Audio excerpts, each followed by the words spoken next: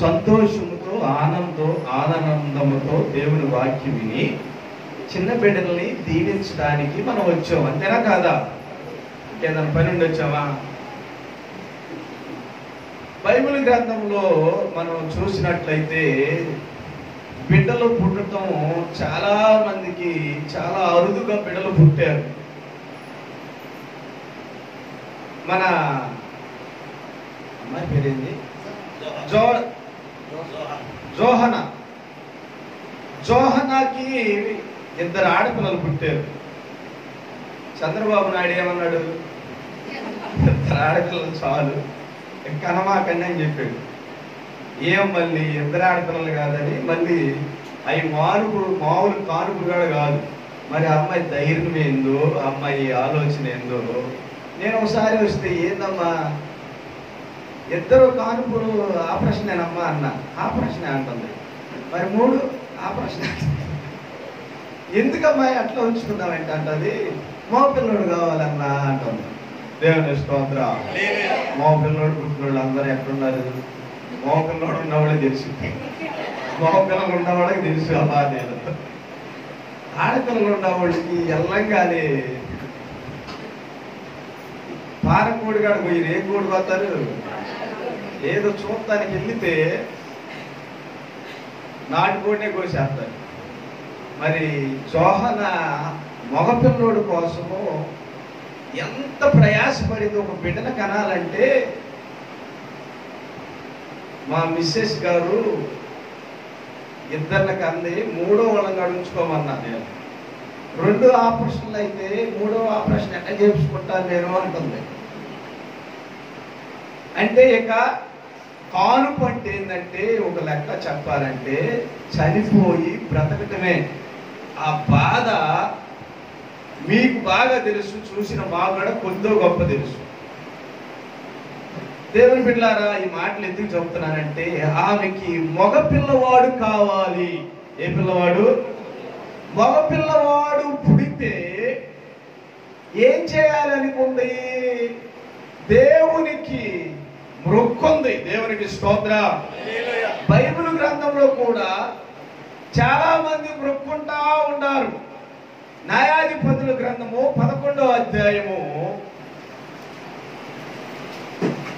30వ వచనంలో చూసినట్లయితే అప్పుడు యెఫ్తా యెహోవాకి మొక్కుకొనెను. యెఫ్తా జీవితంలో ఒక భయంకరమైన పరిస్థితి వచ్చింది. యెఫ్తా తన అన్నదమ్ముళ్ళు, తన చుట్టాలు, తన బంధువులు ఆయనకి ఏం పేరు పెట్టారంటే ఉంపుడు గత్తికి పుట్టినవాడా యెఫ్తా, నీవు మాలో ఉండటానికి పనికిరావు, వెళ్ళిపో అని గిలాదు నుండి అతను తరివేశారు. తరివేసిన తర్వాత యెఫ్తా ఒక ప్రక్కన జీవిస్తూ ఉంటున్నాడు, ఒంటరిగా జీవిస్తున్నాడు. ఎవరి జోలు పట్టించుకోవట్లేదు. బంధువులు వదిలేశారు, చుట్టాలు వదిలేశారు, అన్నదమ్ములు ఎవరు వదిలేశారు. అందరూ వదిలేసిన తర్వాత యెఫ్తా ఎక్కడ బతుకుతున్నాడంటే ఒక ప్రాంతం వెళ్ళి ఒంటరిగా బ్రతుకుతున్నప్పుడు ఈ గిలాదు మీదకి అతన్ని ఎవరైతే తన్ని పంపేసేశారో వారి మీదకి యుద్ధం వచ్చింది. దేవునికి స్తోత్రం. యుద్ధం ఎలాంటిది వచ్చిందంటే అమోరీయులు వచ్చి ఈ గిలాదులో ఉన్న వారిని కేవలం మెడకాయ కొడుతున్నారంట, ఇంకేం అంటుకోవట్లేదంట, పేకోసి వెళ్ళిపోతున్నారంట. అప్పుడు వీళ్ళందరికీ యెఫ్తా గుర్తొచ్చాడు. యెఫ్తాను మనం తెచ్చుకుందాము. యెఫ్తా దగ్గరికి పరిగెత్తుకుంటూ వచ్చి, అయ్యా యెఫ్తా, నీవు మాకు రాజుగా ఉండయ్యా, మమ్మల్ని పరిపాలించయ్యా, మా మీద నాయకుడిగా ఉండయ్యా అంటే యెఫ్తా అన్నాడంట, లేదు లేదు, మీరు నన్ను ఉంపుడు గత్తికి పుట్టిన వాడిని అన్నారు కదా, నేను ఉండడానికి లేదు, నేను రావటం లేదంటే కాదు, ఆ మాట అన్నావు కదా, ఇప్పుడు నిన్ను మా మీదకి రాజుగా నియమించుకోవటానికి ఆ మాట అన్నాము కనుకే ఇప్పుడు మేము లోబడి నీ కింద అణిగి మరిగి ఉంటాం రాయ్యా అని యెఫ్తాని గిలాదు ప్రజలందరూ గిలాదు తెచ్చుకున్నారంట. అయితే యెఫ్తాకి ఏమి తెలుసు అంటే దేవునికి ఏదైనా చేస్తాడని యెఫ్తా యొక్క ఆలోచన కలిగి ఉన్నాడు. దేవునికి స్తోత్రం. యెఫ్తా జీవితంలో ఏంటంటే దేవునికి ఏదైతే అసాధ్యంగా ఉన్నదో, ఏదైతే సాధ్యముగా లేదో, ఏది అనుకూలంగా లేదో, ఏదైతే ప్రతికూలంగా ఉన్నదో, ఏదైతే గడ్డు పరిస్థితిగా ఉన్నదో, ఆ సమయంలో నేను దేవునికి ఏదైనా మొక్కుకుంటే దేవుడు ఖచ్చితంగా చేస్తాడని యెఫ్తా ఆలోచన ఉంది. అయితే యెఫ్తా ఏమనుకున్నాడంటే, నేను అక్కడ ఉంది చక్కని మాట 30వ వచనంలో ఉంది, చదువుతారా? అప్పుడు యెఫ్తా యెహోవాకు మొక్కుకొనెను. ఏమని? అయ్యా, నేను యుద్ధానికి అమ్మోనీయుల ప్రజల మీదకి యుద్ధానికి వెళుతున్నాను. మామూలు ప్రజలు కాదాళ్ళు. ఆల్రెడీ నా తోబుట్టు వారిని చాలా మంది చంపేశారు. కొద్ది మందే ఉన్నారు. ఆ కొద్ది మంది నన్ను రాజుగా నియమించుకున్నాను. అయితే నేను ఇప్పుడు నీకు ఒక మొక్కుబడి మొక్కుంటున్నా. ఆ మొక్కుబడి ఏంటంటే, అమ్మ ఏమని మొక్కుంది? నాకు మరలా మగబిడ్డే పుట్టాలి. పుట్టితే నేను నీకు ఆయన తల ఎంట్రుకులు నీకు సమర్పిస్తానని మొక్కుంది. దేవునికి స్తోత్రం. అదే ఆడపిల్ల పుట్టినట్టయితే అన్నయ్య పెంచేవాడు, అయ్యగారే పెంచేవాడు. మొక్కుబడి ఎంత ధైర్యంగా నాకు పుడతాడు. ఆ విశ్వాసం గొప్పది. దేవునికి స్తోత్రం. ఆ విశ్వాసం బలమైనది. ఆ నమ్మకం యెఫ్తాలో కూడా అలాంటి నమ్మకం. నేను ఖచ్చితంగా అమ్మోనీయుల్ని జయిస్తాను. జయించినప్పుడు నేను ఎప్పుడైతే వెనక్కి తిరిగి వస్తానో, నా ఇంటి కాడ నుంచి ఎవరైతే నాకు ఎదురొస్తారో, గుర్రాలు రావచ్చు, రథాలు రావచ్చు, పనివారు రావచ్చు, లేకపోతే గొప్పవారు ఎవరైనా నా ఇంటిలో నుంచి రావచ్చు, నా భార్య రావచ్చు అనుకున్నాడు. కానీ ఆయన అనుకోనిది ఎదురొచ్చింది. దేవునికి స్తోత్రం. అతనికి ఒకే ఒక్క కుమార్తె ఉన్నదంట. ఆ కుమార్తె ఎదురొచ్చింది. దేవునికి స్తోత్రం. అప్పుడు యెఫ్తా అంటున్నాడు, అయ్యా కుమార్తె, నేను అమ్మోనీయులను జయించాను. ఆ యుద్ధం నాకు పెద్ద ఇబ్బంది కలగలేదు. కానీ అమ్మోనీయులను నేను జయించడంలో నాకైతే చాలా సులువుగా ఉన్నది. ఇప్పుడు నన్ను తల్లడిల్లి చేసింది ఒకటి, నా ఇంటి కాడి నుంచి ఏదైతే నాకు ఎదురొస్తాదో, గుర్రాలు కావచ్చు, రథాలు కావచ్చు, భార్య కావచ్చు, పనివారు కావచ్చు, ఎవరైనా కావచ్చు అనుకున్నాను. అయితే నాకు ఒక్క కుమార్తె నాకు ఎదురొచ్చింది. ఏం చేయాలని యెఫ్తా పిచ్చివాడు లాగా కేకలు వేస్తున్నాడంట. దేవునికి స్తోత్రం. అయినా యెఫ్తా ఆయన మొక్కుబడి వెనక తీయలేదు. కుమార్తె, నన్ను తల్లడిల్లి చేయవారులో నువ్వు ఒక దానివయ్యావు. నేను ఎవరో వస్తారనుకున్నాను, ఏదో వచ్చింది అనుకున్నాను, గుర్రాలు వస్తాయి అనుకున్నాను, రథాలు వస్తాయి అనుకున్నాను, పనివారు వస్తారు అనుకున్నాను. లేదు, నువ్వే వచ్చావు. నేను దేవునుకున్న దేవుని కొరకు మొక్కుబడి నేను వెనక్కి తీయని దేవునికి సమర్పించాడు. దేవునికి స్తోత్రం. హల్లెలూయా. మొక్కుకోవడం సామాన్యమైన విషయం కాదు. అది ధైర్యం కావాలి. చాలా మంది మొక్కుంటారు, చాలా మంది ఏదో చేయాలనుకుంటారు. మా చర్చిలో 7 ఉన్నారు 10వ తరగతి రాసేవాళ్ళు. 7లో 6 పాస్ అయ్యారు, ఒక వ్యక్తి ఫెయిల్ అయ్యారు. వీళ్ళు ఏం చెప్పి వెళ్ళారంటే, అయ్యా మా అమ్మాయి వాళ్ళు పాస్ అయితే వస్తా వాటి పలహారం చేస్తామని చెప్పి వెళ్ళారు. వాటిని తేలేదు, కానీ పిడికిడిగా తేలేదు. పిడికిడిగా తేలేదు. మొక్కోటము చాలా ఈజీ. ఆ మొక్కు నెరవేర్చడము అది దేవుని ఉద్దేశమై ఉన్నది. దేవునికి స్తోత్రం. ఆ మొక్కు నెరవేర్చడము చాలా కష్టము. మొక్కు నెరవేరాలంటే సమయం కావాలి. సమయానికంటే ముందు డబ్బు కావాలి. డబ్బు కంటే ముందు ఆరోగ్యం కావాలి. అన్నిటికంటే ముందు దేవుని చిత్తం కావాలి. దేవునికి స్తోత్రం. బైబిల్ గ్రంథంలో మొక్కున్నారు. మ్రొక్కుని ఈయన మ్రొక్కున్న వెంటనే తన కుమార్తెని దేవునికి సమర్పించాలి. ఎలా సమర్పించాలి? బైబిల్ గ్రంథంలో ఇంకొక స్త్రీ ఉన్నది, మనోహ అని ఒక అతను ఉన్నాడు. అతని భార్య గొడ్రాలై ఉన్నది. చదువుతారా? న్యాయాధిపతుల గ్రంథం 13వ అధ్యాయము 2వ వచనంలో చూస్తే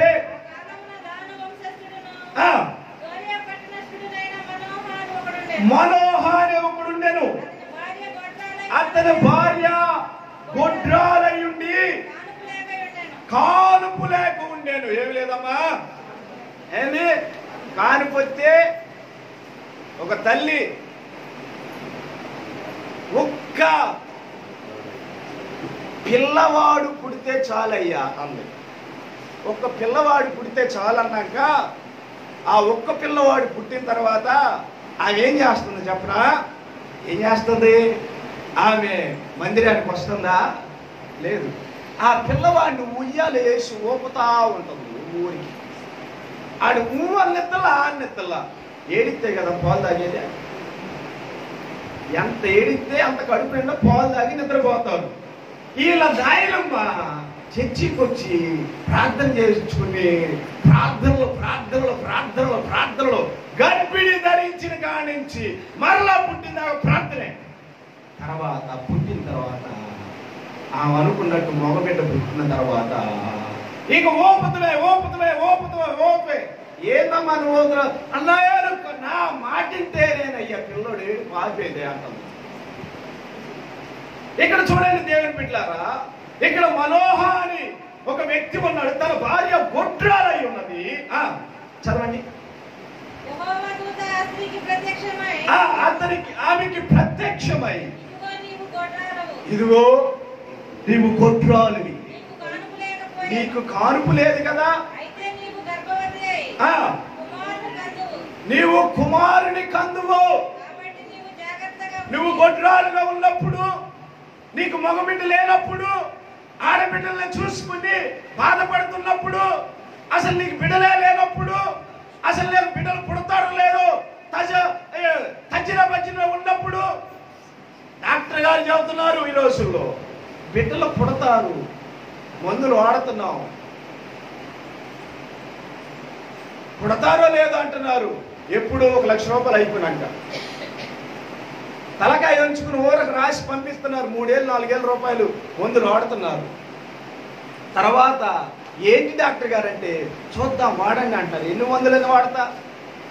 దేవుని దూత వచ్చి మనోహరతో చెప్పింది, అయ్యా నీ భార్య గొడ్రాలయ్యింది, నీ భార్య పిల్లలు లేకుండా ఉన్నది, నీ భార్య వేదన నేను చూశాను, అయితే నీ భార్య గర్భవతి అవుతుంది. దేవునికి స్తోత్రం. నేను ముగించైపోతున్నాను. ఎలా పెంచాలి? నువ్వు దేవుని దూత చెప్తుంది, ఆ బిడ్డను ఎలా పెంచుతావు? నువ్వు బ్రొక్కున్నావు, ఓకే, నీ బ్రొక్కుబడి నెరవేరుస్తున్నావు.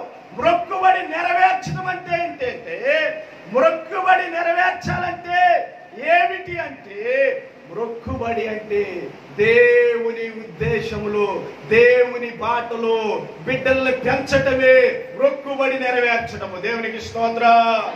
దేవుని దూత చెప్తుంది ఎలా పెంచాలి. నేను ఒక బిడ్డలు ఇస్తున్నాను మనోహా నీకు. నీ భార్య ఒకనొక దినప్పుడు గొడ్రాలై ఉంది, పిల్లలు లేక వేదన పడింది, దిగులు పడింది, చింతించింది, అనేక విధాలుగా ఏడ్చింది. నేను నీకు ఒక బిడ్డను ఇస్తున్నాను. ఆ బిడ్డని ఎలా పెంచుతా? చదవండి. ఇక్కడ 14వ వచనం నుంచి చదువుకుందాం. ఆమె ద్రాక్షారసమైనను మద్యమైనను తాకూడదు, అపవిత్రమైన దేనిని తినకూడదు.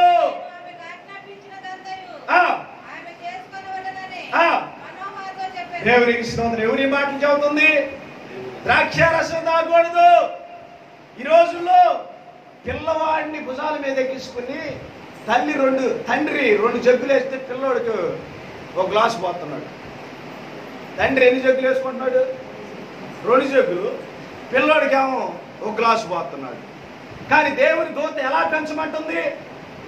ఇదిగో అపవిత్రమైనది ఏది ముట్టకూడదు, ద్రాక్షారసమైనను ఏదైనను పానము చేయకూడదు. కింద చదువుకుంటా వస్తే 9వ వచనం కానించి ఉంటుంది, చదవండి. దేవుడు మనోహ ప్రార్థన ఆలకించాడు. ఈ బిడ్డ ప్రార్థన కూడా ఆలకించాడు. 2 బిడ్డలకు కానీ చాలు అనుకోలేదు. నాకు మగ బిడ్డ పుట్టాలి, నేను దేవునికి సమర్పించుకుంటా, ఇది దేవునికి మొక్కుకుంటా అనుకున్నది. అయితే ఆ బిడ్డని ఎలా పెంచాలో దేవుని దూతే చెబుతుంది. చదవండి.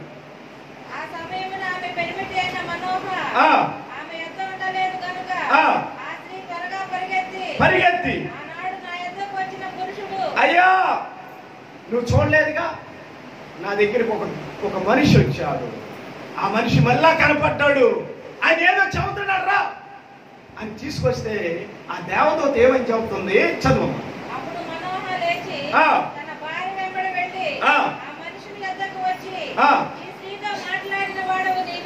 ఈ స్త్రీతో నువ్వు మాట్లాడేవయ్యా, ఈ బిడ్డ గురించి చెప్పావు కదా, నువ్వేనా, ఏం చెప్పావు చెప్పయ్యా అంటే అక్కడ ఒక లిస్ట్ చెబుతుంది. ద్రాక్షారసమైనను మద్యమైనను తాగకూడదు, అపవిత్రమైనది ఏది తినకూడదు, నేను నీతో చెప్పినది చెయ్యి. దేవునికి స్తోత్రం. మాటలు ముగిస్తున్నా. దేవుని బిడ్డలారా, మొక్కుబడి ఈరోజు అయిపోవటం కాదు, కానీ మొక్కుబడి ఎలా ఉండాలంటే దేవుని చిత్తానుసారంగా బిడ్డలను పెంచటమే మన మొక్కుబడి నెరవేరినట్టు. అట్టి కృప ఈ బిడ్డకి దేవుడు దయచేయునుగాక, తల్లిదండ్రులకి దేవుడు దయచేయునుగాక. ఈ సమయం ఇచ్చిన పెద్దలు, గౌరవనీయులైన దైవజనులకి నా హృదయపూర్వకమైన వందనాలు. ఆమేన్.